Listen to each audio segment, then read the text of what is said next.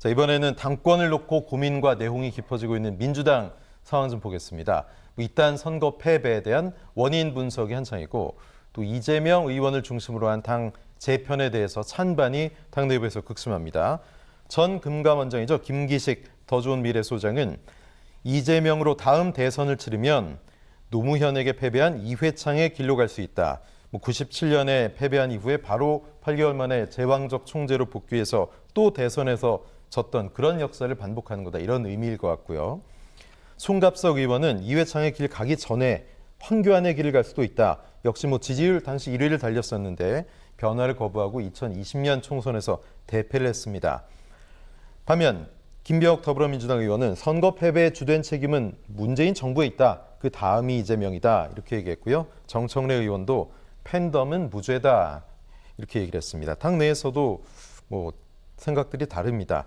과연 이재명, 제2의 황교안, 이회창이 될 수 있다는 지적들 너무 오래전 인물들을 소환하는 거 아닌가 하는 생각도 드는데 김재현 평론가님은 동의하십니까? 지금 이회창 전 한나라당 총재나 아니면 황교안 자유한국당 미래통합당 전 당대표를 언급하는 분들도 머지않은 미래에 이런 식의 판단을 받지 말라는 법이 없죠. 네. 그래서 사실은 정치인의 발언은 그 무게나 책임감이 굉장히 강해야 되는데 아니면 말구식으로 자꾸 이제 어떤 공세를 펴는 느낌을 지울 수가 없습니다. 정치는 사실 그리고 생물이라고 하지 않습니까? 그래서 과거에 일어났던 어떤 사례가 매우 동일하게 아주 흡사하게 반복되질 않고 변형이 늘 일어납니다. 자, 그래서 지금 예를 들어서 이재명 의원 같은 경우 대선에 패배하고 민주당의 검수완박 법안을 밀어붙이고 또 재보궐에 출마한다든지 아니면 당대표에 지금 출마할 가능성이 높다라고 하는 것은 사실 거의 맥을 같이 하고 기회를 같이 하는 건데 그 중심에는 항상 이재명 의원이 있다는 거죠. 그러면 이재명 의원이 당대표까지 출마한다는 것은 결국은 본인을 향하고 있는 어떤 수사라든가 이런 부분에 대해서 일정 정도 어떤 방탄의 효과를 누리겠다라고 하는 약간의 이기주의적인 측면이 담겨 있다라고 봅니다. 실제로 공당의 대표가 된다는 것은 사실 어떤 희생을 강요 혹은 본인 스스로 희생을 선택할 정도의 그런 과단한 결심이 있어야 되는 부분인데 어떻게 보면 본인의 현재 어떤 위기 상황을 극복하기 위해서 사실 무리수라고 하는 이런 비판에도 불구하고 당대표에 도전한다고 한다면 그거는 당이 사분오열되고 궁극적으로는 이게 분당이나 분열로 이어질 가능성이 높다는 점에서 저는 굳이 이회창이나 황교안의 사례를 들먹이지 않더라도 이재명 의원이 현명하다면 그러면 지금의 이런 어떤 위기 상황에서 본인의 무리수보다는 본인의 희생을 감내하는 이런 선택을 하지 않을까. 저는 그리고 민주당 안에서 이런 논의가 이어진다는 것은 사실은 이거는 어떻게 보면 부정적인 것이 아니라 긍정적인 에너지로 승화시킬 수 있다는 측면에서 이재명 같은 당내의 유력 정치인들이 사실은 이런 논의를 제어하거나 막을 게 아니라 더 훨씬 키워주고 차기의 어떤 세력들이 운고할 수 있도록 좀 틀을 짜주는 데 역할을 하는 게 바람직하지 않을까 생각을 해봅니다.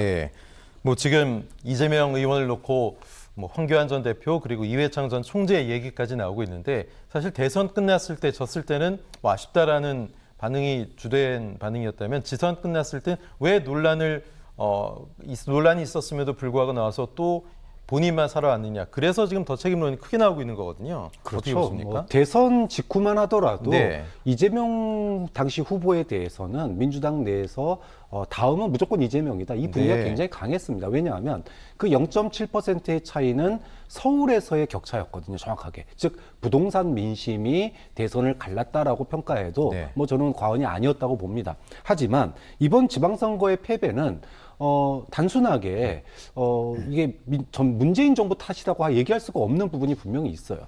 이재명 의원의 그 출마가 문제가 된 부분이 저는 50%고요. 민주당이 검수완박과 성비위 논란. 이게 저는 50%라고 보거든요. 자, 그런데 이걸 갖다가 싸잡아서 그래서 이게 남 탓하고 있는 논쟁이잖아요. 한쪽은 이재명 탓이다. 한쪽은 문재인 정부 탓이다. 근데 결과적으로 보면 누구도 글쎄요. 저는 이게 양비론이라기보다는 사실은 둘 다 지금 잘못한 게 있기 때문에 그 둘 다에 대해서 자기 반성의 토론이 돼야 되는데 이게 문제는 거꾸로 남탓 토론이 되고 있다는 겁니다. 좀 그런 점이 민주당이 패배 이후에 오히려 이 패배에 대한 토론 과정이 더 나은 발전을 위한 토론이 아니라 예. 서로를 비난하기 위한 토론으로 가는 거 아니냐. 이런 점은 굉장히 우려스러운 대목인 거죠. 네. 지금 뭐 지난 지방선거 패배 원인 여러 가지가 나오고 있지만 인물난도 분명히 나오고 있습니다.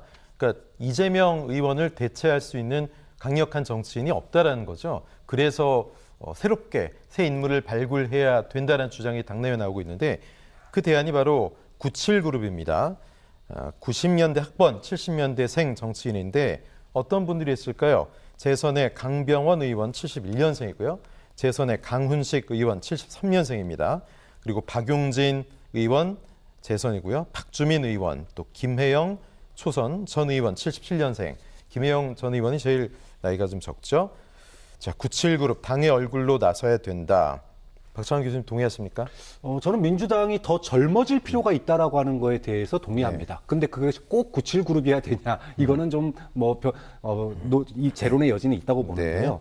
지금 86그룹의 가장 큰 문제는 지난 20년 동안 대한민국 정치의 주류로서 활동을 해왔는데 그리고 정권을 2번 잡았는데 결과적으로 국민들을 만족시키지 못했다라는 거예요. 그리고 이제는 86그룹이 콩으로 매주를 쓴다 그래도 기대감이 굉장히 낮아졌다는 겁니다. 그것 때문에 저는 인적 쇄신이 분명히 필요하고 지금 86그룹은 2030 세대에게 지지를 못 받고 있어요. 2030 세대에게 지지를 못 받는 가장 큰 이유는 꼰대 이미지입니다. 과거 운동권으로 대한민국의 진보와 개혁을 외쳤던 분들이 그들이 내세웠던 지난 5년의 실적, 공수처와 임대차 3법입니다. 근데 공수처로 검찰 개혁이 완성되지 못했고 임대차 3법으로 주택 문제가 해결되지 못했습니다.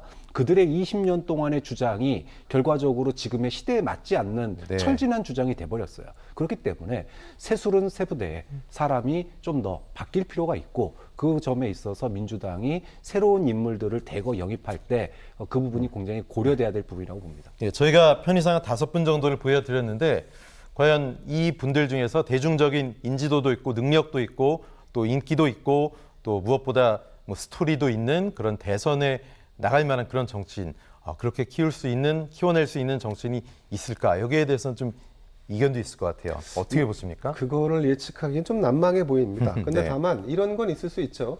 예를 들어서 8월에 있을 전당대회에서 이재명 의원을 상대로 해서 지더라도 소신과 명분을 가지고 한번 대차게 한번 붙어볼 만한 그런 용기가 있는 정치인이라면 새롭게 정말 어떤 리더십을 좀 발휘할 수 있지 않을까. 근데 그렇다 하더라도 결국은 세력이 없기 때문에 이분들이 이광재 혹은 김동연 이런 분들과 함께 쇄신과 혁신의 키를 잡는 게 매우 중요할 것 같습니다. 박용진 의원 같은 경우 상당히 좀 가능성이 좀 있어 보이는데 마찬가지로 세력이 없다는 것이 취약점이겠죠. 자, 그리고 이제 민주당이 젊어져야 한다라고 하는 강박을 느끼는 것은 좀 이해가 됩니다만 사실 지난 지방선거의 패인 중 그 요인 중에 하나를 꼽으라면 한동훈 청문회에서 있었던 젊은 정치인들의 실수, 이걸 뽑을 수 있는데 젊어지는 게 중요한 게 아니라 젊지만 능력이 있어야 되고 소신과 철학을 갖춰야 됩니다. 근데 과연 이런 그 필요 충분 요건을 갖춘 사람들이 지금 여기 5명 말고도 민주당에 과연 그 숫자가 얼마나 되느냐, 이거는 지금 180석 가까이를 뽑아준 국민의 선택을 받은 민주당이 정말 자성하고 성찰해 봐야 할 대목이라고 봅니다. 자, 책임론 그리고 내용에 휩싸여 있는 민주당 앞으로 어떻게 될지 지켜보겠습니다. 두 분과는 여기서 인사 나누겠습니다. 교수님 고맙습니다. 평론가님 고맙습니다.